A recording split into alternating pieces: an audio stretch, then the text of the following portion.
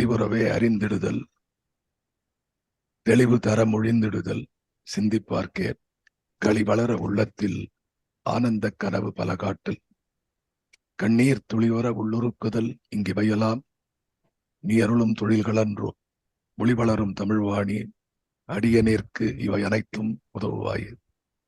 பேரன்பு மிக்க பாரதி அன்பர்களே, குவியம் இலக்கிய அமைப்பு நடத்துகின்ற மகாகவியின் மந்திர சொற்கள் என்ற தொடர் நிகழ்வில இன்று 169வது நிகழ்வாக இந்த மாலையிலே உங்களை நான் சந்திக்கிறேன். இந்த ஜூம் அரங்கிலே இருக்கின்ற நண்பர்களுக்கும், இதை யூடியூப் வழியா பார்க்கக்கூடிய இணையவெளி நண்பர்களுக்கும், பதிவிலே பார்க்க இருப்பவர்கள் ஆகிய அத்துணை பேருக்கும் முதற்கு எனது நன்றி கலந்த வணக்கங்களை உரித்தாக்குகின்றேன். இன்றைக்கு குரல் சரி கிடையாது, கொஞ்சம் வால்யூம் கம்மியா இருக்கும் பேசுறேன்.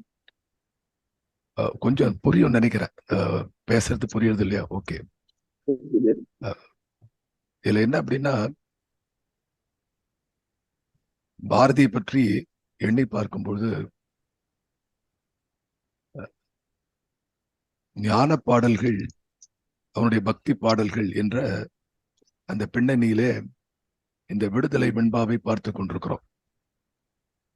போன முறை பார்த்தபோது அந்த வெண்பால ஒரு முக்கியமான செய்தி சொன்னேன். அது நீங்க கவனித்தீர்களா இல்லையா என்று தெரியல எனக்கு. ஏன்னா நானே அதை போற போக்குல சொன்னேன். அது என்ன அப்படின்னா, சக்தி பதமே சரணென்று நாம் புகுந்து, நாம் என்று ஆரம்பிப்பவன்,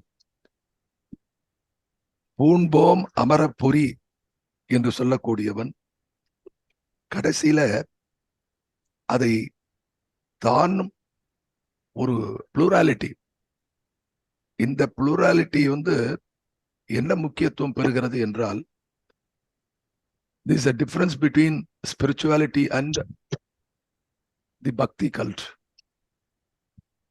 the opposite.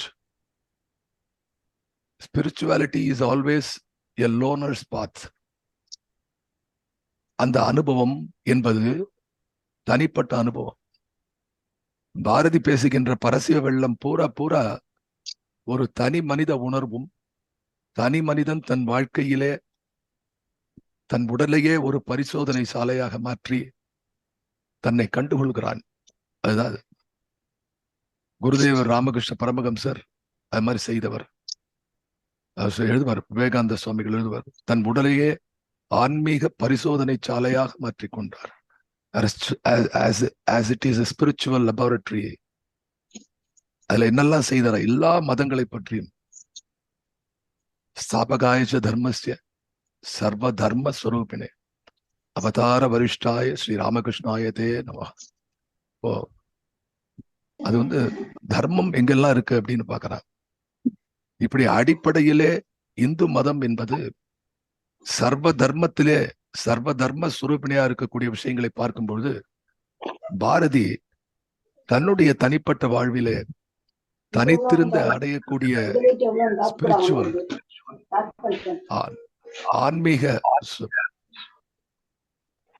ஆன்மீக சுபாவங்களையும், பின்னாலே பல பேர் சேர்ந்து புளூராலிட்டி, வன்மை முகம் வரக்கூடிய அந்த பக்தியிலும் அவன் கொண்டு வருகிறான். அதுதான் இந்த I think somebody is sir, sorry for interrupting. Sundararajan, நீங்க எல்லாரையும் மியூட் பண்ணிடுங்க. You have not muted. Okay, done. Sir, Vavi sir, unmute பண்ணிட்டு நீங்க கண்டினியூ பண்ணலாம் sir. I started doing one by one. Okay. Thank you, Shankar.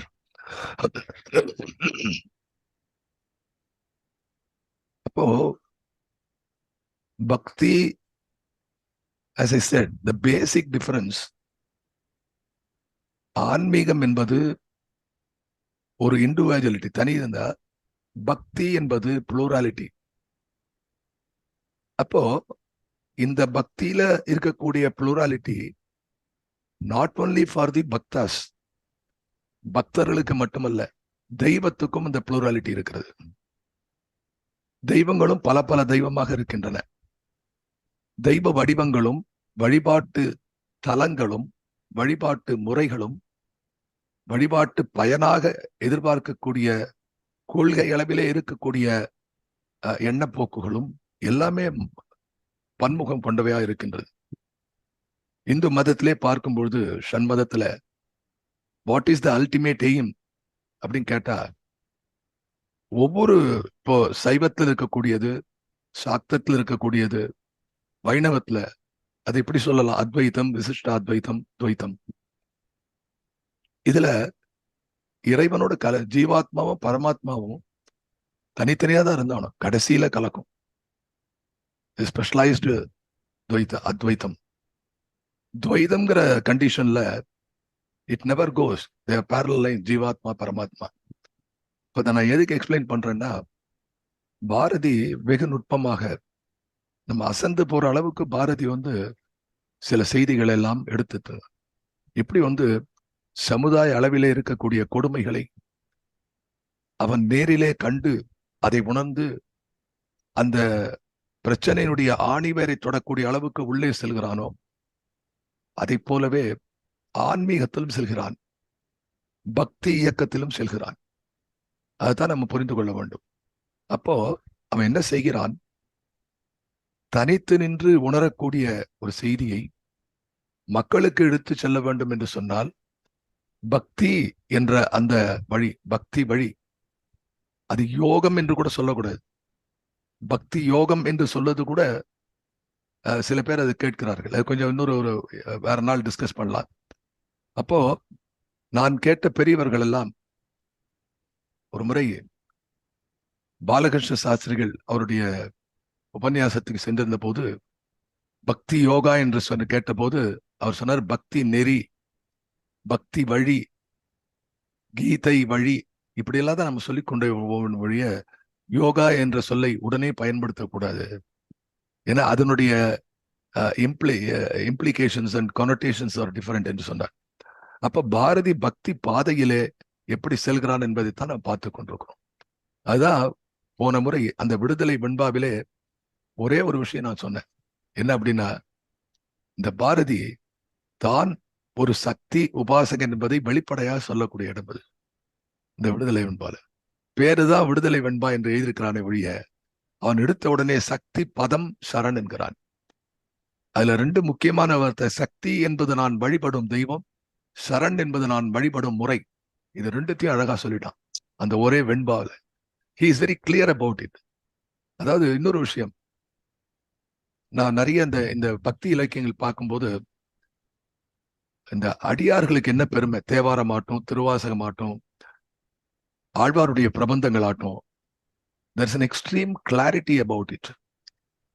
அது எங்கேயும் ஒரு தயக்கமே இருக்காது. நீங்க கவனிச்சலோ இல்லையோ, நாமார்க்கும் பிடியல்லோம் நமரை அஞ்சோம் நரகத்தில் இடர்ப்போம், பினிஷ். கட்டுணை பூட்டி கடலில் பாய்ச்சினும் நற்றுணையாவது நமச்சிவாயவே, உறுதி. அப்போ பாரதி நினைக்கிறான், இந்த உறுதிப்பாடு, இந்த நம்பிக்கை, இந்த நல்லெண்ணம் ஒரு சமுதாயத்தை இணைக்கக்கூடிய பண்புகளாக பாரதி நினைக்கிறான். ஆகவே அவனை ஒரு சாதாரண பக்தனா நினைக்க முடியல. பேரலா நீங்க ராமகிருஷ்ண பரமஹம்சர் போகும்போது அவர் சொல்றார் சுவாமிஜி கிட்ட, நினைச்ச நேரத்துல உனக்கு நிர்விகல்ப சமாதி சேரக்கூடிய அளவு நீ வாய்ப்பு பெற்றவன். சப்த ரிஷிகளிலே ஒன்றாக இருக்கக்கூடிய ரிஷி இங்கே அவதாரம் எடுத்து விவேகானந்தராக. ஆனா இந்த நாட்டுக்கு நீ என்ன செய்ய வேண்டும், நீ பிறந்த மண்ணுக்கு என்ன செய்ய வேண்டும், ஜனனியும் ஜன்மமும்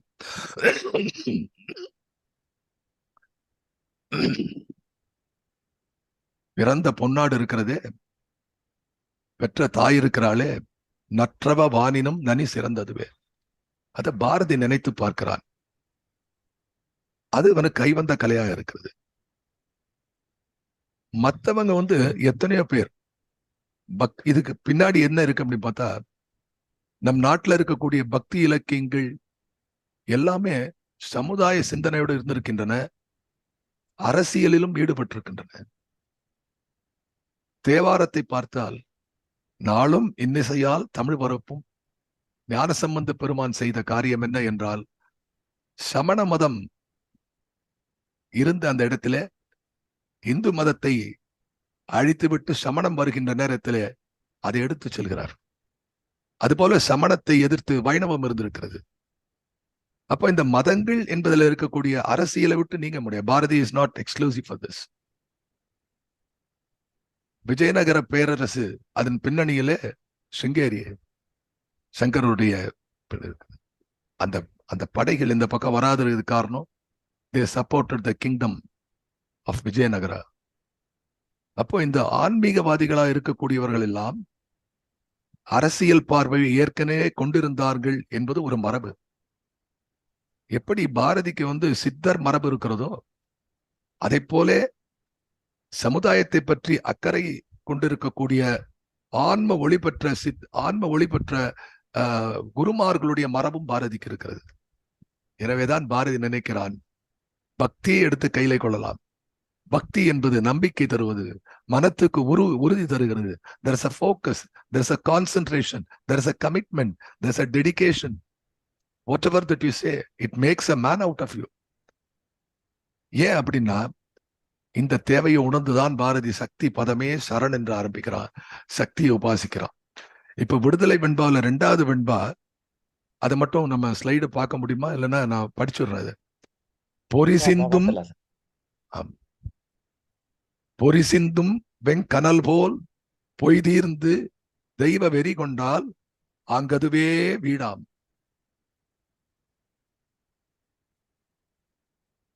பொறி சிந்தும், இந்த 2வது, பொறி சிந்தும் வெங்கனல் போல் பொய் தீர்ந்து தெய்வ வெறி கொண்டால் அங்கதுவே வீடாம். நெறி கொண்ட பையமெல்லாம் தெய்வ பலியன்றி வேறு இல்லை, ஐயமெல்லாம் தீர்ந்த தரிவு. ஒண்டர்ஃபுல் வெண்பா. அது வெண்பாவுடைய ஓட்டத்தை பாருங்கள், எவ்வளவு அழகா இருக்கு பாருங்க. பொறி சிந்தும் வெங்கனல் போல் பொய் தீர்ந்து. வெண்பால அழகு என்னன்னா, எதுகை, அடிப்படை எதுகை இருந்தாலும் பெரும் புலவர்கள் பேராசிரியர்கள்லாம் என்ன சொல்லியிருக்கிறாருன்னா, மோனைக்கு அழகு அதிகம். மோனைக்கு ஆணை பலம் என்பார்கள். மோனை என்பது எழுத்துங்க, அறிவிலே தோன்றி அவனியிலே தோன்றும். பொறி சிந்தும் வெங்கனல் போல் பொய் தீர்ந்து போ போ. சோ இது மாதிரி பார்க்கும்போது பாரதியுடைய வெண்பாக்கள் யாப்பில கணத்தை படித்து பார்க்கும்பொழுது அதுவே ஒரு எழில் படர்ந்த ஒரு எழுத்தாக தெரிகிறது. இப்ப நாம அந்த இன்னொரு முறை படிக்கிறத, பொறி சிந்தும் வெங்கனல் போல் பொய் தீர்ந்து தெய்வ வெறி கொண்டால் ஆங்கதுவே வீடாம். இது அடுத்த 2 லைன் அப்புறம் பார்க்கலாம், இதை மட்டும் பார்க்கலாம்.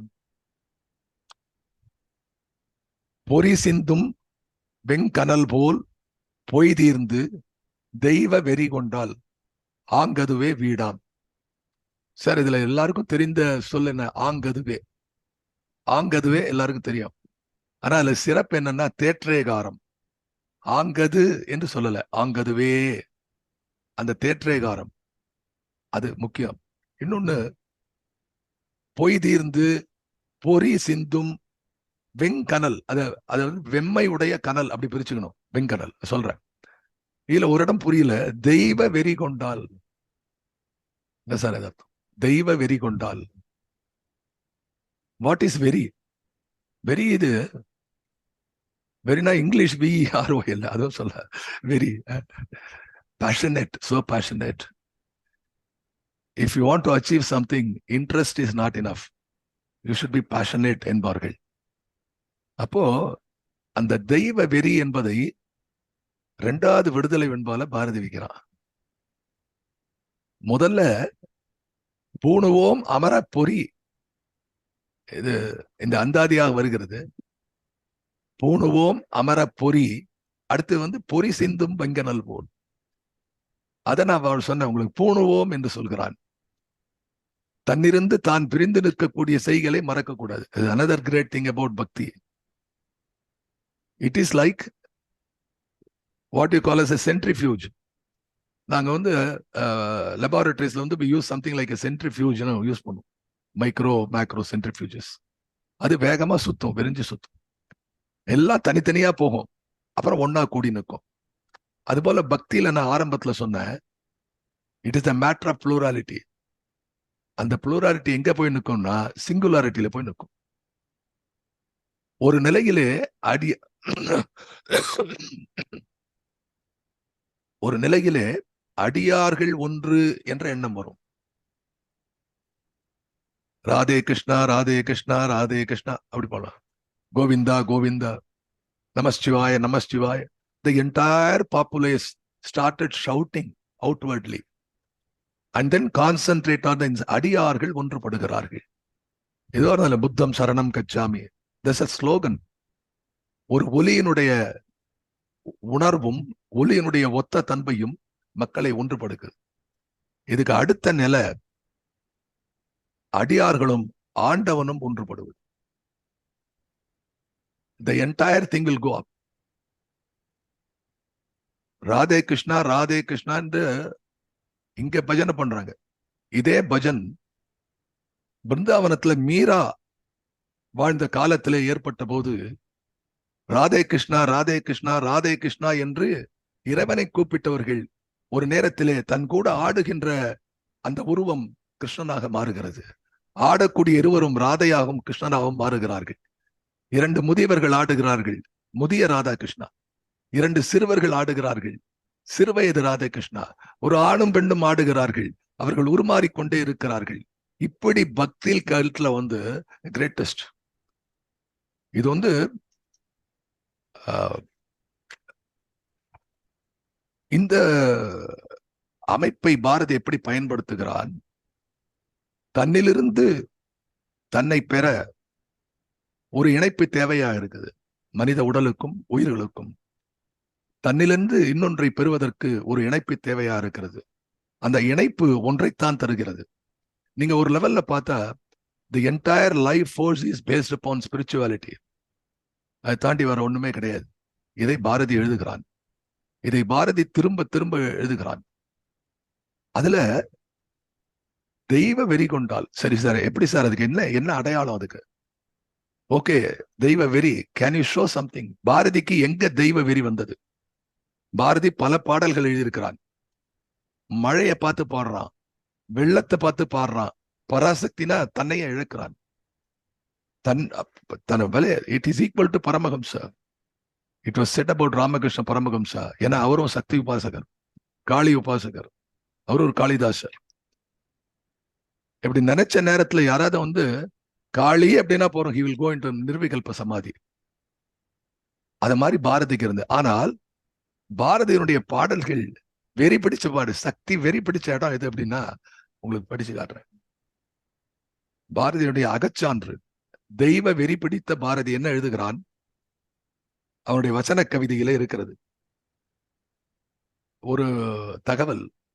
பாரதி எந்த இடத்திலும் இதை வசன கவிதை என்று சொல்லவே இல்லை. It was not the term that he has used. அது பின்னாலே பதிப்பிலே வந்தது. எனக்கு தெரிஞ்ச ஆராய்ச்சியாளர்கள் எல்லாரும் ஸ்டார்டிங் ஃப்ரம் அந்த கால நாகநந்தி, இப்போ இருக்கிற பேராசிரியர் மணிகண்டன் போன்றவர்கள் எல்லாருமே தேடி பார்த்து விட்டார்கள். பாரதியினுடைய கையெழுத்து பிரதியில் எதுவும் வசன கவிதை தனியா அது மேல இருக்கிறதா தெரியல. கண்டுபிடித்தாலும் உண்டு, தெரியாது. அதுல சக்தி என்பதை பத்தி எழுதுகிறான். அருமையான வார்த்தை. இதுதான் வெறிங்கிற, சக்தி வெறி. இப்படி இல்லைன்னா எழுத முடியாது. நான் படிக்கிறேன், கேளுங்க. சக்தி வெள்ளத்திலே ஞாயிறு ஒரு குமிழியாம். ஒரு ஆசைக்காக குரல் சரியா அந்த ஒரு நாள் நான் படிச்சு காட்டுறேன். வெறி பிடிச்சு படிக்கணும் அது. சக்தி வெள்ளத்திலே ஞாயிறு ஒரு குமிழியாம். வேகமா போயிடக்கூடாது. பாதாம் அல்வா மாதிரி அப்படி கொஞ்சம் கொஞ்சமா அப்படியே எடுத்து வாயில கவுத்தக்கூடாது. கசப்பான மருந்துன்னா அப்படி போட்டுக்கணும். கற்கண்டு சுவை என்றால் கண்ணலிலே சுவை அறியும் கைக்குழந்தை போலே என்று பாரதி எழுதுகிறான். ஒரு குழந்தை கிட்ட கல்கண்டை கொடுத்து பாருங்க, இல்ல ஒரு சாக்லேட், அது வாயில போட்டுறது. செம்பருத்தி இங்க இருக்கார். செம்பருத்தியோட அப்பாவுடைய ஃப்ரெண்டு பாரதி சுராஜ். அவர் கொடுக்கக்கூடிய விளக்கம். பாரதி அணுவா ரசித்தவர்கள். பாரதி கலைக்கழகத்தினுடைய பிதாமகர் சுராஜ் சொல்வார், அந்த குழந்தை என்ன பண்ணும், அது கையில வச்சுக்கும், கொஞ்ச நேரம் பார்க்கும், அப்புறம் தான் பார்க்கறது யாராவது பார்க்கறாங்களான்னு பார்க்கும், வாய்கிட்ட கொண்டு போகும், சாப்பிட்றாது, அப்படி வச்சுக்கும், அப்புறம் லேசா ஒரு கடி கடிக்கும். அதுக்கு ரொம்ப விளக்கமா சொல்லுவார், கண்ணலிலே சுவை அறியும் கைக்குழந்தை. அந்த மாதிரி அனுபவிக்கணும். சக்தி வெள்ளத்திலே ஞாயிறு ஒரு குமிழியாம். அதாவது வார்த்தைகள், நான் சொல்றது கம்பன், இப்போ நம்ம ஏகேவி சார் வந்திருக்காருன்னு நினைக்கிறேன், அவர் வந்திருக்கிற இன்னைக்கு இப்படி என்னுடைய குரல் கஷ்டமா இருக்கு, இருந்தாலும் அவர் வந்ததுனால ஒரு கம்பனை சொல்லிடுறேன். அவர் தெரிந்த பாட்டு, தோளோடு தோள் செல தொடர்ந்து நோக்குறின் நாள் பல கழியுமால் நடுவன். இந்த மலை போல கும்பகர்ணனை பத்தி பேசுவார் கம்பன்.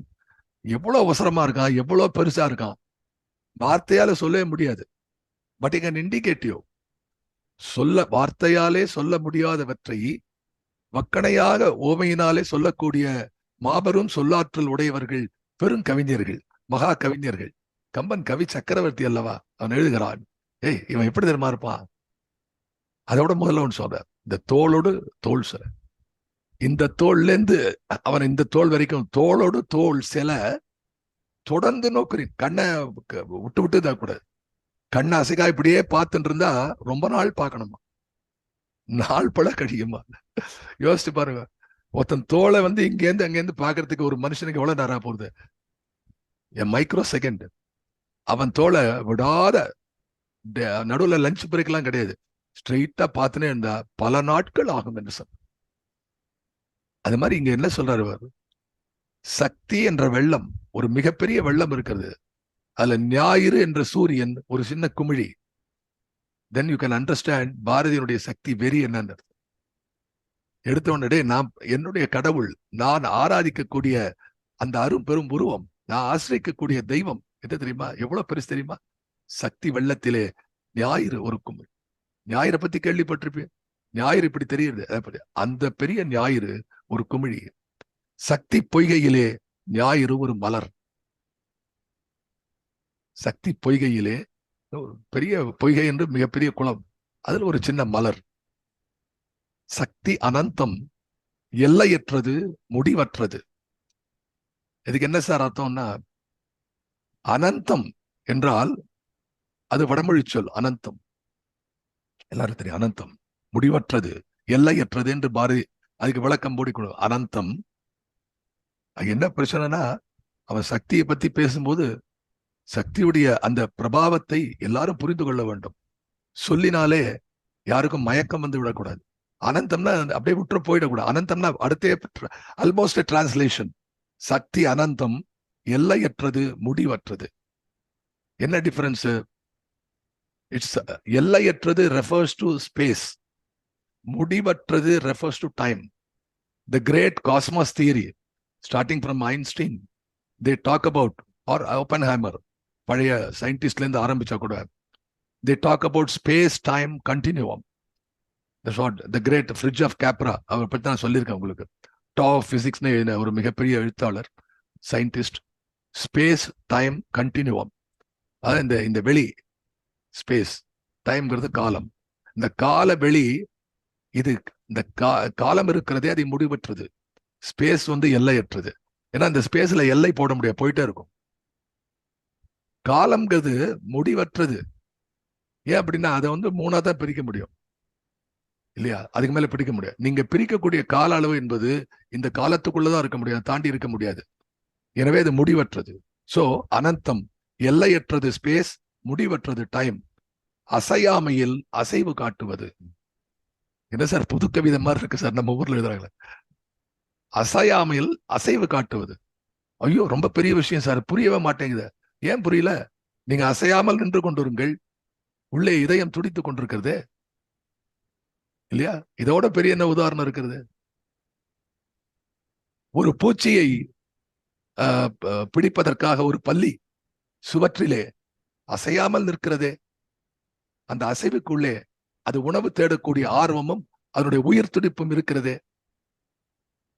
சயின்டிஸ்ட கேட்டானே சொல்றான், இந்த சாதாரண டம்ளர் சொம்பு எல்லாத்தையும் ஆட்டம்ஸ் இருக்கு, ஆட்டம்ஸ் உள்ளுக்குள்ள ஆடிக்கொண்டிருக்கிறது. The dance of atom, that is a proven fact in science. So அசையாமல் இருப்பதற்குள் அசைந்து கொண்டிருக்கிறது. இந்த அசைவு, இந்த 2 அசைவுல எந்த அசைவு எப்பொழுது நிகழ்கிறது என்பதை புரிந்து கொள்ள வேண்டும். பின்னாடி சொல்லுவான், இந்த 2 அசைவையும் சக்தி தான் செய்கிறாள். அசையாமையில் அசைவு காட்டுவது சக்தி, அடிப்பது, துரத்துவது, கட்டுவது, பிணைப்பது, கலப்பது, உதறுவது, புடைப்பது, வீசுவது, சுழற்றுவது. இது சிலதெல்லாம் படிக்கும்போது எனக்கு பாரதி சொல்லக்கூடிய ஒரு என்ன சொல்றது, ஏதோ ஒரு செயலை சொல்கிறான். இதை யோசிச்சு பாருங்க. புடைப்பது, வீசுவது, சுழற்றுவது எங்க நடக்குது? நீங்க அந்த காலத்து இப்ப பாக்குறது இல்லை யாரும். வயல்வெளிக்கு சென்றால், நல்ல விளைந்த வயல் இருந்தால் அந்த வயல்ல என்ன பண்ணுவான், பிணைப்பது எல்லாத்தையும், அந்த நெல்லை போட்டோன்னு முதிர்ந்த நெற்கள் எல்லாத்தையும் கட்டுவான். அவனா கட்டு, அதுக்கப்புறம் அடிப்பான் நெல், அப்புறம் அந்த பதர் தூற்றி நெல்லை பிரிப்பார்கள். இது மாதிரி ஏதாவது ஒரு 3 வேர்ட்ஸை திரும்பி படிச்சா ஏதோ ஒரு செயலை குறிப்பதாக இருக்கிறது. நீங்க இதெல்லாம் உங்களுக்கு ஹோம் ஒர்க். அங்க உஷா ராம்சந்தர் வந்து அவங்க ஷீயோட டேக்கன் திஸ் ஹோம் ஒர்க். இதை எந்த 3த்தையும் எடுத்து பார்த்தா ஏதோ செயலை விவரிக்கும். அதனால பாரதி ஏதோ வாயில வார்த்தை எழுதுகிறான். புடைப்பது, வீசுவது, சுழற்றுவது, கட்டுவது, சிதறடிப்பது, தூற்றுவது. தூற்றுவதுங்கிறதா அந்த காத்துல தூத்தி அந்த பதரையும் நெல் மணிகளையும் பிரிக்கிறோமே, அதுக்கு பேர் தான் தூற்றுவது. ஊதி விடுவது, நிறுத்துவது, ஓட்டுவது. சார் இதுக்கு புரிஞ்சு போச்சு சார். பஸ்ல கண்டக்டர் விசில் ஊதுறான், ஓட்டுவான், நிறுத்துவான், இழிவே சொல்ல. அதனால ஏதாவது இன்னும் நான் நினைச்சு பார்த்தேன், எந்த 3 செயலை நீங்கள் எழுதி பார்த்தாலும் அதன் தொடர்புடைய ஒரு செயல் உலகத்திலே நிகழ்ந்து கொண்டிருக்கிறது. இது உங்களுக்கு ஹோம்ஒர்க். ஏதாவது டிஸ்டிங்டா எழுதி பாருங்க. அதாவது பாரதி வசன கவிதையில உள்ள போனா அது தனி உலகம். சார் ஒன்றாக்குவது, பலவாக்குவது இல்லையா? இது பாக்குறோம். இது வாழ்க்கையில பார்த்து கொண்டே இருக்கிறோம். இல்லையா? ஒன்றாக்குவது, பலவாக்குது. எல்லாத்தையும் போட்டு உடைக்கிறான், அப்புறம் ஒன்னா சேர்க்கிறான். இது இத்தனையோ உதாரணம் சொல்லிக்கொண்டே போகலாம். எழுதுறான். ஒன்றாக்குவது, பலவாக்குவது, சக்தி, நடுவுல சக்தின்னு வரும். அதுல சக்தி, குளிர் செய்வது, அனல் தருவது. குளிர் செய்வது, அனல் தருவது. அதுக்கு என்ன சார் பொருள்? அனல் இஸ் நேச்சுரல், வெப்பம். உயிருக்கெல்லாம் உயிர் ஒளி, சூரியனுடைய ஒளி இருக்கிறது, சூரியனுடைய வெப்பம் தேவை. குளிர் என்பது செய்யப்படுவது. குளிர் செய்வது, அது அனல் தான் செய்கிறது, குளிர்றது. இப்ப குளிர் செய்வது, அனல் தருவது, குதுகுதுப்பு தருவது. Is a new word, குதுகுதுப்பு. எங்கிருந்து எங்க தாவரம் பாருங்க. குதுகுதுப்பு. குதூகலம் தருவது, நோவு தீர்ப்பது, இயல்பு தருவது, இயல்பு மாற்றுவது. இப்ப இயல்புன்னு சொல்லிட்டு இயல்பு மாற்றுவது எப்ப முடியும்? இதெல்லாம் சக்தி உபாசனையில வரக்கூடிய நிலை. இன்னொரு புறம் பார்த்தா, என்னுடைய குருநாதர் மதுரை ஜிஎஸ் மணி அவர்கள், அவர் மிகப்பெரிய பாடகர். அவருடன் நான் பாட்டு கொஞ்சம் கற்றுக்கொண்டேன். அது கூட சொல்லக்கூடாது, ஏதோ அவரோட அறிந்து கொண்டேன். அவர் ஸ்ரீவித்யா உபாசகர்.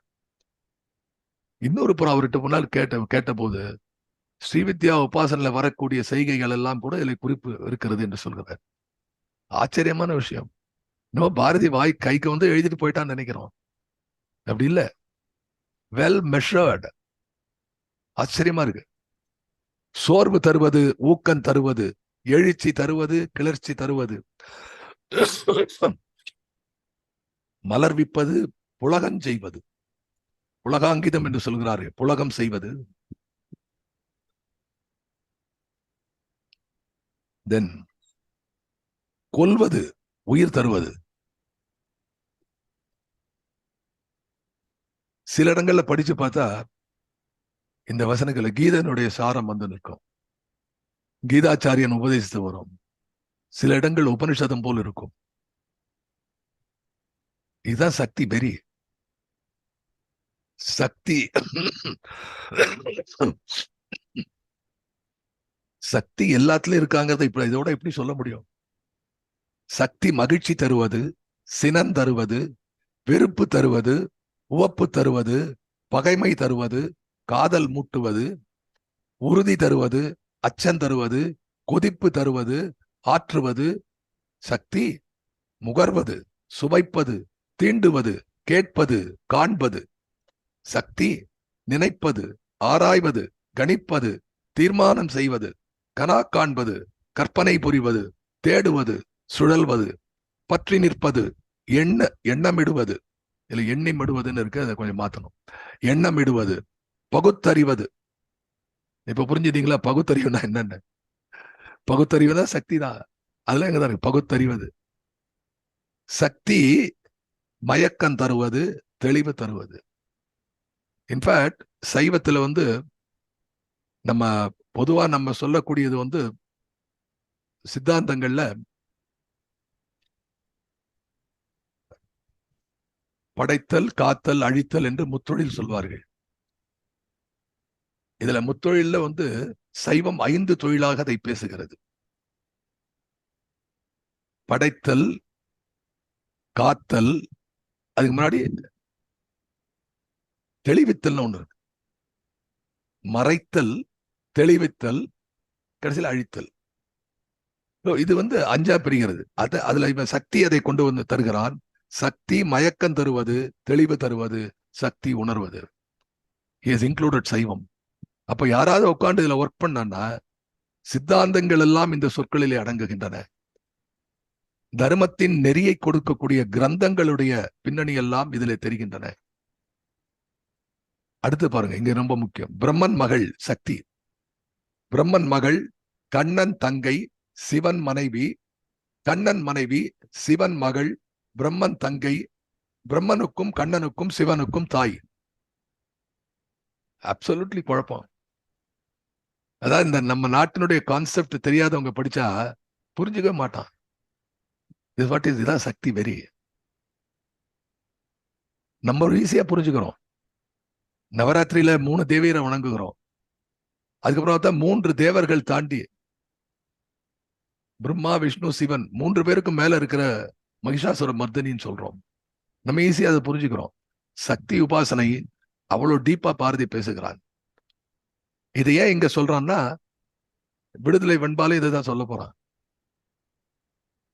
கேட்டீங்கல்ல சார், சுயசரிதையில பாரதி சிவனை பத்தி பேசுறான், இன்னொரு இடத்துல கண்ணனை பத்தி பேசுறான், இன்னொரு பக்கத்துல துர்காதேவி பத்தி பேசுறான், இன்னொரு பக்கத்துல சக்தி பத்தி பேசுறான். அதுக்கு விட இங்க இருக்கிறது என்ன?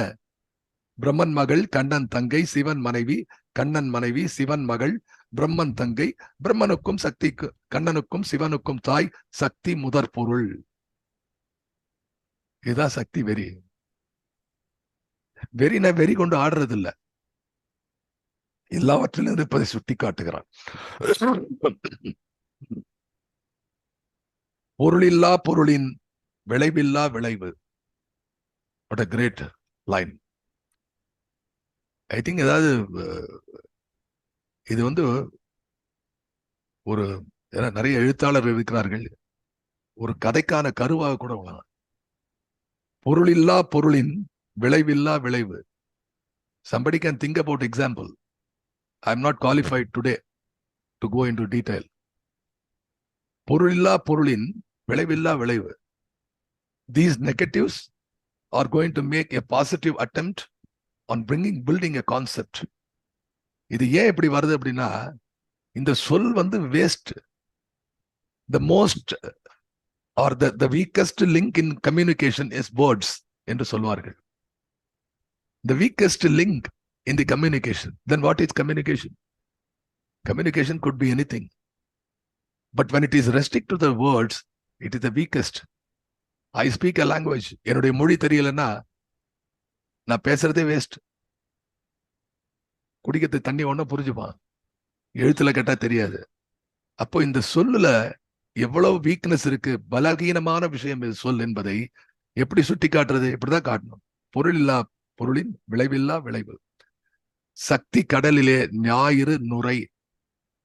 மேல குமிழி என்று சொன்னான், இங்க நுரை என்று சொல்கிறான். ரெண்டுத்துக்கு என்ன வித்தியாசம் சார்?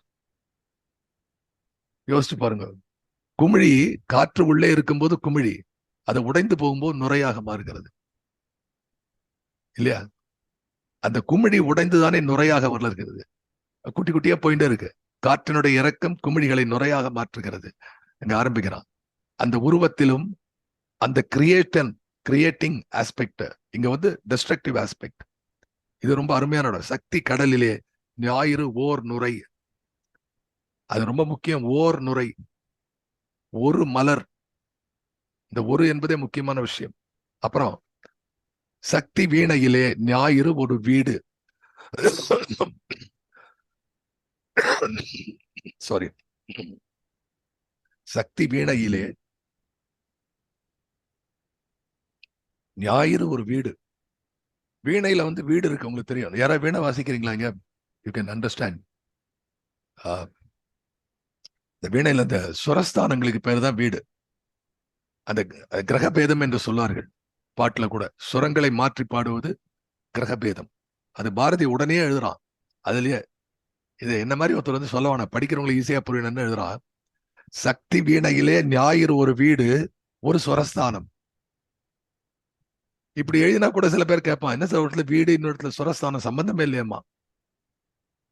வீணையில இருக்கக்கூடிய வீடு என்று சொல்வது சுரஸ்தானம் என்பதை புரிந்து கொள்ள வேண்டும். That is what is required. சக்தி கூத்திலே ஒளி ஒரு தாளம். Deep interrogation, intensive involvement, undisputed indulgence, all these are required for understanding Bharati. Shakti கூத்திலே ஒளி ஒரு தாளம். சார் ஒளிங்கிறா, அது ஒளி எப்படி தாளமாகும்? What kind of words? அதான் யோசிச்சு பாருங்க, எவ்வளவு தவிச்சிருப்பான். சொல்ல வரான், சொல்ல முடியாது. இருக்கு இந்த வார்த்தை தான் உங்ககிட்ட சொல்லி ஆகணும். நீயும் தமிழன், நானும் தமிழன். தமிழ்ல தெரிஞ்ச வார்த்தை தான் போட்டானோ, ஆனா அதுல இந்த வெறியை கொண்டு ஏத்தணும். சக்தியினுடைய அளப்பரிய ஆற்றலை இங்க கொண்டு செலுத்த வேண்டும். சக்தியின் கலைகளிலே ஒளி ஒன்று. சக்தியினுடைய கலைகள்னா உடனே வந்து நம்ம சக்தியினுடைய ஆர்ட் ஃபார்ம் அப்படி இல்லை. சந்திரபிம்ப கலைகள் என்று சொல்ல, கிளைகள். சக்தியினுடைய பிரிவிலே ஒளி ஒன்று, இருளும் ஒன்று. சக்தி வாழ்க. கடைசியில நிறைய போயின்னு இருக்கு. திரும்பி நம்ம ஒரிஜினலுக்கு வருவோம். அப்போ கடைசியில சக்தி வாழ்க. என்ன சார் சக்தி வாழ்க? இவன் சக்திக்கு மேல போயிட்டான். ஆண்டவனுக்கே வாழ்த்து சொல்லக்கூடிய பரம்பரை. பல்லாண்டு பல்லாண்டு பல்லாண்டு பெரியாழ்வார் பாடுறாரு இல்லையா? அதனால சக்தியை பத்தி பேசும்போது அவன் இந்த அளவு போறான். ஏன்? மிதமிஞ்சிய ஆர்வம், தெய்வ வெறிக்கு இது ஒரு அடையாளம். அது ஏன் இந்த தெய்வ வெறி வேணுங்கிறான்? அது பாரதி எழுதுறான். பாரதி சொல்ல ஒரு அற்புதமான விஷயம் சொல்றான். கொஞ்சம் கொஞ்சமா கான்செப்ட் கொடுக்குறான். இந்த சக்தியினுடைய வெறி கொண்டால் நீ நல்ல மனிதனாகலாம், நீ நல்ல குடிமகனாகலாம், நல்ல நண்பனாகலாம், நல்ல கணவனாகலாம், நல்ல மனைவியாகலாம், உறவுகளை வளர்த்துக் கொள்ளலாம். இப்படி சாதாரண விஷயத்திலிருந்து நீ எப்படி இதை பண்ணணும்? அப்போ இந்த வெறிக்கு இன்னொரு பெயர் என்ன? எல்லாருக்கும் தெரிஞ்சதுதான். இந்த மாதிரி ஒரு வெறி இருக்குன்னா அதை நம்ம என்ன சொல்றோம்? தியானம்.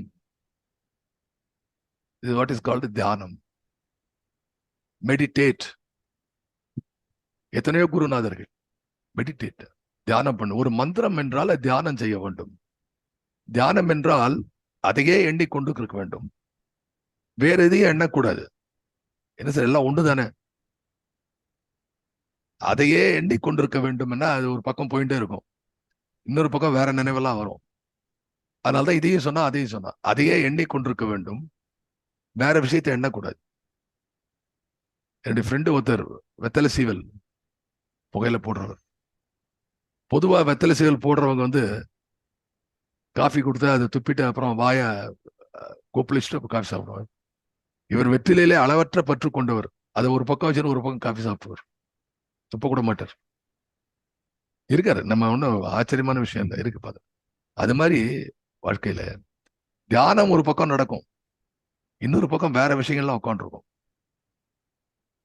பாரதியார் பற்றி எழுதுகிறார். பாரதி கட்டுரை. I am quoting Bharathi. தியானத்தின் சக்தியை எளிதாக நினைக்க வேண்டாம். அப்ப என்ன இதுல பாட்டுல பொறி சிந்தும் வெங்கனல் போல் பொய்தீர்ந்து தெய்வ வெறி கொண்டாள். இப்போ இந்த சக்தி வெறி பத்தி நான் சொன்னேன்.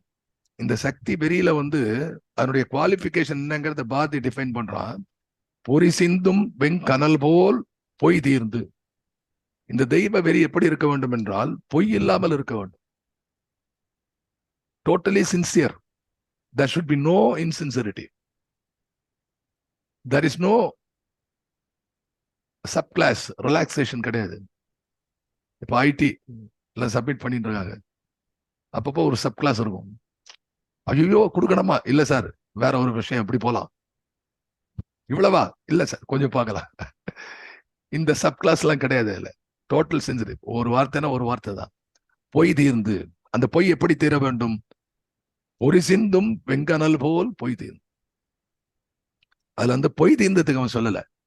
இந்த வெங்கனல் போல் பொறி சிந்தும் என்பது தெய்வ வெறிக்கு. தெய்வ வெறி பொய் தீர்ந்து இருக்க வேண்டும், வெங்கனல் போல் இருக்க வேண்டும், பொறி சிந்துவது போல் இருக்க வேண்டும். It should be overflowing, it should be sparkling. அப்போ ஒரு நேரத்துல தானும் முயன்று பிறரையும் முயல வைக்க வேண்டும். நான் யோசிச்சு பார்த்தேன், பொறி சிந்தும்னு எழுதுறான். ஏன் பொறி சிந்தும் வெங்கனல்? நீங்க நைட்ல இந்த பீச் எல்லாம் போனா சோளத்தட்டையை அந்த ஒரு இதுல அடுப்புல காமிச்சு அப்படி வேக வச்சு கொடுப்பான். அந்த கறி அடுப்பை காத்த சத்தும் போது காத்துல பொறி பறக்கும். அப்படியே இருட்டுல பொறி பொறியா பறக்கும். அப்படியே it attracts you. Bharati wants good things to attract people. Shakti வெறியினாலே நல்ல விஷயத்தை கொண்டு வாடா. நான் கூட நினைச்சு பாருங்க, இவ்வளவு அழகான கவிதைகளை நேன் படைத்தான். அட்லீஸ்ட் கவிதையில இன்பம் காண்கிறவனாவது பாரதி கூப்பிடுறான், நீயாவது வாடா. பண்டிதர்கள் வெண்பாவில தப்பு சொல்றதுக்காவா? தலை தட்டுகிறது, பாரதிக்கு வெண்பா எழுத தெரியல சொல்றதுக்கா? இங்க வா, அதுக்காக வா பக்கத்துல. வினைமுற்றுன்னு உனக்கு கான் என்று எழுதக்கூடாது, காண்க என்பதான் எழுதணும். வினைமுற்று. பாரதி சில பாடல்கள்ல எழுத்துல கான் என்று முடிப்பான். அது ஒருத்தர் எழுதிட்டான், பாரதிக்கு இலக்கணம் தெரியாது, கான் என்று முடித்து விட்டார். நீ நல்ல இலக்கணம்லாம் பண்ணிருக்க, படிச்சிருக்கிய, ஏதாவது எழுதினியா? அது கிடையாது. அதனால பாரதி என்னத்துக்காக எழுதினான்னு தெரியாது. நான் நினைக்கிறேன், பொறி சிந்தும் வெங்கனல் போல் பொய் தீர்ந்து தெய்வ வெறி கொண்டாள். அப்படியே புள்ளுக்குள்ள இருக்கக்கூடாது. நல்ல நெத்தி நிறைய பட்ட விபூதிட்டு போறாங்க, எங்கேயா போகும்போது அழிச்சிட்டு போவான். நல்ல திருமணம் போவான், எங்கேயா போகும்போது அழிச்சிட்டு தலப்பா கட்டின்னு போவான். அப்படி இருக்கக்கூடாது. இந்த தெய்வ வெறி என்பது எல்லாருக்கும் தெரியணுங்கிறான். பொறி சிந்தும் வெங்கனல் போல். You should practice what you preach. இந்த நாட்டுல திருநீர் இட்டு கொண்டால் it is like a password for entering anywhere. இந்த நாட்டுல தேவாரம் ஞானசம்பந்த பெருமான், அப்பர் பெருமான், சுந்தர பெருமான், மாணிக்க வாசகர் இவங்கெல்லாம் தேவாரம் பாடி தலந்தலமாக தேவாரம் பாடிய சோழ திருநாடு, சோழ நாடு, பாண்டிய நாடு, சேர நாடு, தொண்டை நாடு. இங்கெல்லாம் அந்த காலத்துல போனா எந்த அரண்மனைக்குள்ளேயும் நீங்க போலாம் திருநீரிட்டு கொண்டால். ஏலாதி நாயனார் கதையில அருமையா வரும். பகைவன் திருநீரிட்டு கொண்டான் என்று அந்த ராஜா சண்டை போட மாட்டான், விட்டுட்டான், அப்பா எல்லாம் விட்டுரும், நான் கூட சண்டை போட மாட்டேன்ப்பா. நான் போன மீட்டிங்ல சொன்னது ஏலாதி நாயனார். அது மட்டும் இல்ல, பகைவன் தெரியும் இவனை நேர்ல கொல்ல முடியாதுன்னு அப்படி வேஷம் போட்டு வரான். நீ வேஷம் போட்டாலும் பரவாயில்லடா, திருநீரை வச்சுட்டிய. நான் கையில இருக்கிற ஆயுதத்தெல்லாம் கீழே போட்டுட்டு நிராயுத பாணியா நின்று நீ என்ன கொன்னா, திருநீர் இட்டு கொண்டவன் நிராயுத பாணியை கொன்று விட்டான் என்ற தீய பெயர் உனக்கு வரும் என்று சொல்லி கையில வாழ் வேலெல்லாம் பொம்மை மாதிரி வச்சிருந்தானா, சண்டை போடுற மாதிரி ஆக்ஷன் காமிச்சானா. அப்ப எந்த விதமான பக்தியை இந்த நடைமுறைகள் சொல்லி இருக்கின்றன. அப்ப பாரதி நினைக்கிறான், முதல்ல சக்தி பதத்தை நீ பற்று, அதை அழகாக பூணும். அது கூட உண்டு, பூணுவோம். நான் கூட சொல்றேன், பேராசிரியர் நாகநந்தி ஒரு இடத்துல சொன்னார், சமன் செய்து சீர்தூக்கும் கோல் போல் அமைந்து ஒருபார் கோடாமை சான்றோர்க்கு அணி என்று வரும். அப்போ எல்லாரும் தெரியும், சமன் செய்து சீர்தூக்கும் கோல். அதுல என்ன அழகு? இப்படி ஒரு தராசு இருந்தா முதல்ல அதை சமன் செய்யணும். முதல்ல இருந்தே இப்படி பிடிச்சிட்டு இருந்தா எங்க வேணா எதை வேணா வச்சுடலாம். அப்படி இல்லை, அதை சமன் செய்து சீர்தூக்க வேண்டும். அதெல்லாம் கடைசியில சொன்னா, இது சான்றோருக்கு அணியன்னா. நான் கேட்டேன், ஆசிரியர்கிட்ட கேட்டோம். நான் கேட்டேன், இந்த பதிவுல கூட இருக்கு. நான் கேட்டேன், சார் சார் அது எதுக்கு சார் வந்து அணினை போட்டுருங்க அந்த இடத்துல? சான்றோருடைய குணம்னா போடணும், சான்றோருடைய பண்பு, சான்றோர் குணம், சான்றோர் கனி அப்படின்னு அணினை ஏன் சொன்னார்? அப்ப அவர் சொன்னார், it is not enough you are righteous, you are justice, but you have to show to others that justice is done.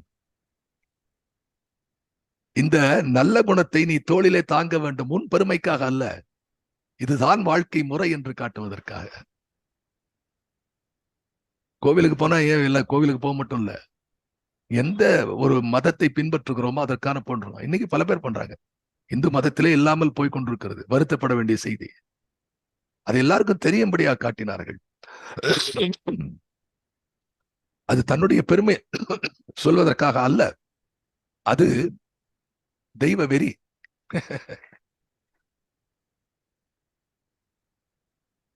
நெறி என்பதற்கும் வெறி என்பதற்கும் ஒரு எழுத்துதான் டிஃபரன்ஸ். நெறி, தட் should become வெறி. நெறி வெறியாக மாறுகிறது. அதுல அந்த தியானத்தை பற்றி பாரதி எழுதுகிறான். இப்போ இந்த பாட்டுல பொரிசிந்தும் வெங்கனல் போல் பொய் தீர்ந்து, இதெல்லாம் குவாலிபிகேஷன் தான். நீ வெளியில தெரியும்படியா போகணும். நீ சும்மா வந்து வேஷம் கட்டி இட்டுன்னு போக கூடாது, டெய்லி பண்ணணும். அதை இட்டுக்கொண்டு செல்ல வேண்டும். நெறி கொண்ட வெறி கொண்டால் ஆங்கதுவே வீடாம் என்று சொன்னான்.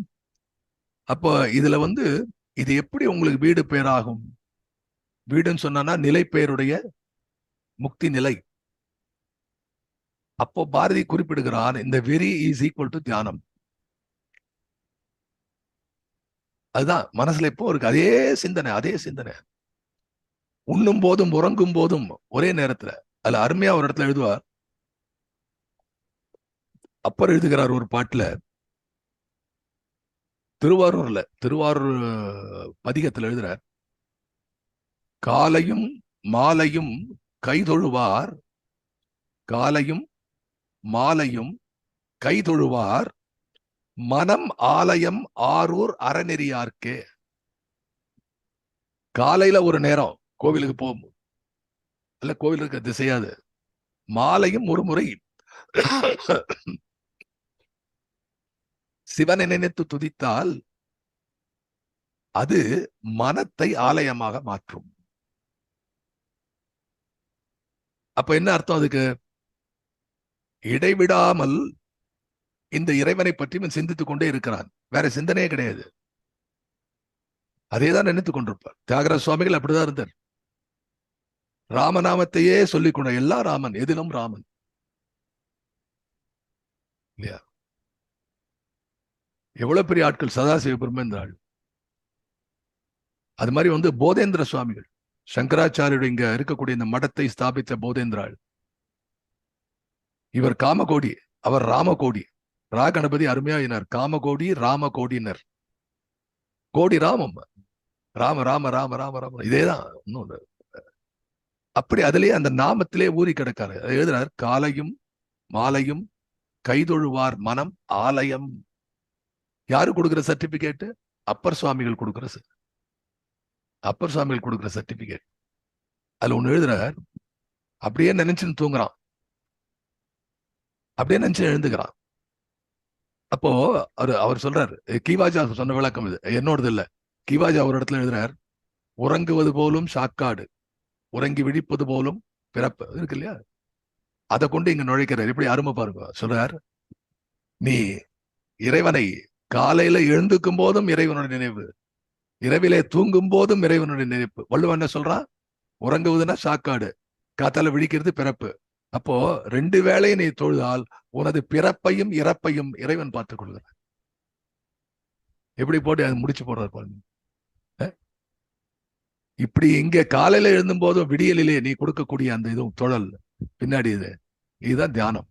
இடையறாமல் ஒரு விஷயத்தை தொடர்ந்து மனத்திலே நினைத்து கொண்டே இருந்தால், அது இருக்கிற நேரத்தில் அதை கொஞ்சம் படிச்சு காட்டுறேன். I don't think I can complete, but I am quoting Bharathi.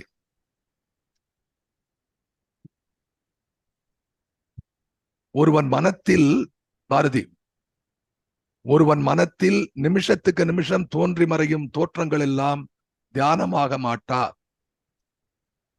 புதர் கூட்டத்திலே தீப்பிடித்தாற் போல் மனதில் உள்ள மற்ற கவலைகளையும் எண்ணங்களையும் எரிக்கும் ஒரே ஜோதியாக விளங்கும் பெரிய விருப்பத்தை தியானம் என்று கூறுகிறோம். நம்ம கவனமா கேட்க வேண்டிய விஷயம். பாரதி கோட்ஸ், ஒரு பெரிய புதற்கூட்டத்தை வந்து நெருப்பு ஜுவாலையில எரிக்கிறோம். அப்படி எரியும் போது என்ன ஆகும்? அங்க இருக்கிற சின்ன சின்ன பேப்பர், பாஸ்கெட், அது இது பிளாஸ்டிக் என்னெல்லாம் இருக்கோ எல்லாமே எரிஞ்சு போயிடும் இல்லையா? தீயினில் தூசாகும். ஆண்டாள் பாடுவார், தீயினில் தூசாகும். எவ்வளவு பெரிய வார்த்தை. அக்னி சம்பந்தத்தை இந்து மதத்துல தான் கொண்டு வந்தாங்க. அக்னி has got the greatest capacity to consume everything. அக்னியை எப்படி பிடிச்சாலும் மேல நோக்கி தான் எரியும், கீழ்ப்பக்கம் போகவே போகாது. அக்னிஷ்டமா மனுஷ்ய மண்ணு பதயச மண்ணு குதேபியா பாபேபியோ ரட்சந்தாம். அப்போ அக்னிக்கு இருக்கிற சுதர்மம் அது, அதனுடைய சுபாவம் அது. அந்த அக்னி எழுதுறார் அவர், அந்த தீப்பிடித்தாற் போல் மனத்தில் உள்ள மற்ற கவலைகளையும் எண்ணங்களையும் எரிக்கும் ஒரே ஜோதியாக விளங்கும் பெரிய விருப்பத்தை தியானம் என்று கூறுகிறோம். உள்ளத்தில் இவ்வித அக்னி ஒன்று வைத்துக் கொண்டிருப்போமானால் உலகத்து காரியாதிகள் எல்லாம் நமது உள்ள நிலைக்கு இணங்கியவாறே மாறுபடுகின்றன. அப்ப என்ன சொல்றார்? உள்ளத்துக்குள்ள இந்த மாதிரி ஒரு பெரிய ஜோதியை வச்சுக்கோ. எல்லாவற்றையும் எரிக்கக்கூடிய ஒரு ஜோதியை நீ கொண்டு விட்டால் கவலைகள்லாம் எரித்து விடலாம். அதுக்கு உடனே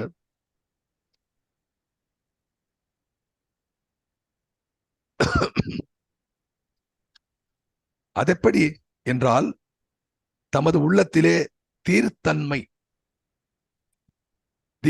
தீரத்தன்மை, வேலியன்ட் ஃபீலிங், அமைதி, பலம், தேஜஸ், சக்தி, அருள், பக்தி, ஸ்ரத்தை, இந்த எண்ணங்களையே நிரப்ப வேண்டும். சோ அவர் என்ன சொல்றார்? தியானத்துல வந்து முதல்ல வந்து இந்த கிளீனிங் ஆஸ்பெக்ட். அப்ப இந்த 2வது பாடல் சொல்லக்கூடிய விஷயம் என்ன அப்படின்னா, இது வந்து இது இங்க ஆங்கதுவே வீடாம் என்று கிரேட் ஸ்டேட்மெண்ட். அதை தாண்டி நம்மாலே போக முடியாது. தெய்வ வெறி கொண்டால் ஆங்கதுவே வீடாம், பினிஷ். நீ போய் ஏதாவது முக்திக்கு இடம்லாம் தேடிட்டு இருக்க வேணாம், தெய்வ வெறி பிடித்து ஒழுகு, அதுவே வீடு. அப்ப சொல்றார், இவற்றையெல்லாம் நான் எனது உடைமையாக்கிக் கொள்வேன். இவற்றுக்கு எதிர்மறையான சிந்தனைகள் எனது அறிவினுள்ளே நுழைய இடம் கொடுக்க மாட்டேன் என்று ஒவ்வொருவனும் உறுதி செய்ய கொள்ள வேண்டும். சாதாரண வார்த்தையில சொன்னா, we have to cleanse your mind. This is a beautiful part of Bharati. நான் அடுத்த சொற்பொழில அதை கண்டினியூ பண்ணுவேன். என்ன சொல்றேன்? எப்படி கிளீன் பண்றது, மனசை எப்படி சுத்தம் பண்றது? First we have to clean it. Clean பண்ணதுக்கு அப்புறம் மறுபடியும் அது வந்து அழுக்காக விடக்கூடாது இல்லையா? That also he says. தனது உள்ளத்தில் இன்ன இன்ன எண்ணங்களைத்தான் வளர விட வேண்டும், இன்ன இன்ன எண்ணங்களை வளரவிடக்கூடாது என்று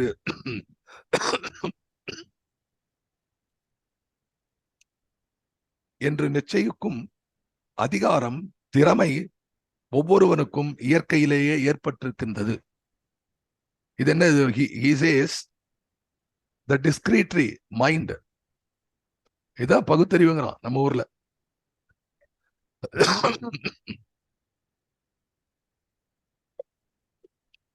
அதாவது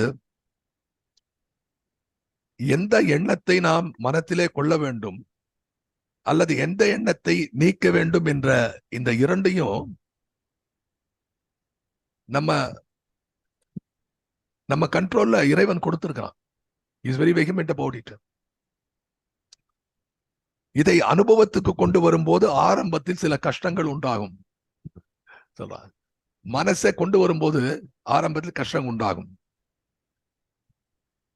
உன்னை எதிர்த்து சில விவகாரமான சிந்தனைகள் அறிவிற்குள் வாய்ந்து நுழைந்து கொண்டு வெளியே பிடித்து தள்ளினாலும் போக மாட்டோம் என்று பிடிவாதம் செய்யும் இல்லையா?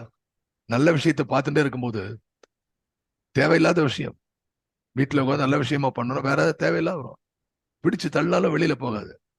Like a bed talk. So இந்த தேவையில்லாத விஷயங்களை வந்து don't grow them like a pet animal. Because நீ தள்ளினாலும் திரும்ப உங்ககிட்ட வந்துடும். ஒரு பூனையை கொண்டு எங்கேயாவது வீட்டுக்குள்ள தொந்தரவு பண்ண முதல்ல வளர்த்துட்டு இருப்பான். தொந்தரவு பண்ணுன்னு கொண்டு போய் எங்கேயாவது வந்து ஒரு ரயில்வே ஸ்டேஷன் பக்கத்துல விட்டு வருவான். அது அந்த ரயில்ல எங்கேயும் ஏறி போகாது, திருப்பி பின்னாடியே நீ வரதுக்கு முன்னாடி வீட்டுக்கு முன்னாடி வந்துடும். அதை சொல்கிறான் பாரதி. அங்கனமே சிறுமைக்கும் உரிய எண்ணங்கள் உன் அறிவில் புகுந்து கொண்டு தொல்லைப்படுத்துமானால் நீ அவற்றை வெளியே தள்ளுவதில் நேராக வேலை செய்ய வேண்டாம். நீ அதை தள்ள தள்ள அது அங்கேதான் இருக்கும். ஐயோ, அப்ப என்ன பண்ணலாம் சார்? இங்கதான் நுட்பம் இருக்குது. நீ அதை நேராக தள்ள வேண்டாம். என்ன சொல்றாம, நீ அந்த எண்ணத்திற்கு நேர்மாறான வேறொரு நல்ல சிந்தனையில் அறிவு செலுத்து. அப்போது அந்த நல்ல சிந்தனை அறிவில் இருந்து கொள்ளும். உன்னை தொல்லைப்படுத்திய குட்டிச்சாத்தான் தானாகவே ஓடி போய்விடும். இது ஆத்திகனாயும் சரி, நாஸ்திகன் எந்த மார்க்கத்தை சேர்ந்தாலும் இதை அவர்கள் தெரிப்பாக்கலாம். பாரத தேசத்தில் ஒவ்வொருவனுக்கும் தற்காலத்தில் நல்ல தியானம் உணவை காட்டிலும் இன்றியமையாதது பாரதி எழுதுகிறான். அப்ப பாரதி சொல்லக்கூடிய panacea or the solution or the remedy என்ன சொல்றான்னா, நீ அந்த கெட்ட எண்ணத்தை வெளியில தள்ளுறதுக்கு போய் தள்ளின்னு இருக்காத. Don't have interaction with them at all. அது பக்கத்துல போய் ஒன்றும் பண்ணாத. நீ உம்பாட்டுக்கு you start filling your idea with நல்ல சிந்தனை. பக்கெட்ல ஏதாவது மோசமான வாட்டர் இருக்கு, அதை தனியா எடுத்து கீழே எங்கேயா விட்டு நீ அதிகம் கஷ்டப்படுற. Go on filling with good water, it will clean it by itself. எனவே அதை சொல்லுகிறான். நெறி கொண்ட வையமெல்லாம் தெய்வ வலியன்றி வேறு இல்லை, ஐயமெல்லாம் தீர்ந்தது. இன்னைக்கு 2 லைன் தான் பார்க்க முடியுது, அதுக்கே நேரம் இல்லை. I am happy. ஓரளவுக்கு எல்லாரும் புதுசு கரெக்டா விழுந்து காதுல. I hope you understood what I set. But இன்னும் வேகமா அதை சொல்லத்துக்கு முடியல. 2 லைன் தான் பார்த்தோம். ஆனா முக்கியமான செய்தி, to sum up what I said, Bharathi விடுதலை வெண்பா என்ற அந்த 5 வெண்பாக்களிலே 2வது வெண்பாக்களிலே இருக்கக்கூடிய முதல் 2 வரிகளில் என்ன சொன்னான் என்று பார்த்தோம். அதுல முக்கியமான செய்தி, தெய்வ வெறி கொள்ள வேண்டும். அந்த தெய்வ வெறி என்பது ஒரு நிலையிலே அது உங்களுடைய தியானமாக மாற வேண்டும். அந்த தியானம் செய்வதற்கு மனத்திலே நீங்கள் ஒவ்வொருவருக்கும் அந்த அந்த சக்தியை, பலத்தை ஆண்டவன் கொடுத்திருக்கிறான். அதை விடாமல் கை கொள்ளுங்கள். அது மட்டுமல்ல, பாரத தேசத்திலே ஒவ்வொருவனுக்கும் இன்று உணவை விட தியானம் முக்கியம். So you relate. Bharathi sliding away from the ஞான பாடல்கள், get into பக்தி பாடல், only to see that serves the country. இந்த தேசத்தை சரி செய்வதற்கான எண்ணம் பாரதியிலிருந்து போகவே இல்லை. எனவே அதுதான் இந்த நாட்டுக்கு முக்கியம் என்று சொல்கிறான். ஆக இன்றைய நிலையிலே 2வது விடுதலை வெண்பால ஒரு சில 2 அடிகளை பார்த்திருக்கிறோம். அந்த அளவிலே கேட்ட அத்துணை பேருக்கும் மீண்டும் ஒரு முறை என்னுடைய நன்றி கலந்த வணக்கங்களை உரித்தாக்கி விடைபெறுகிறேன். வணக்கம்.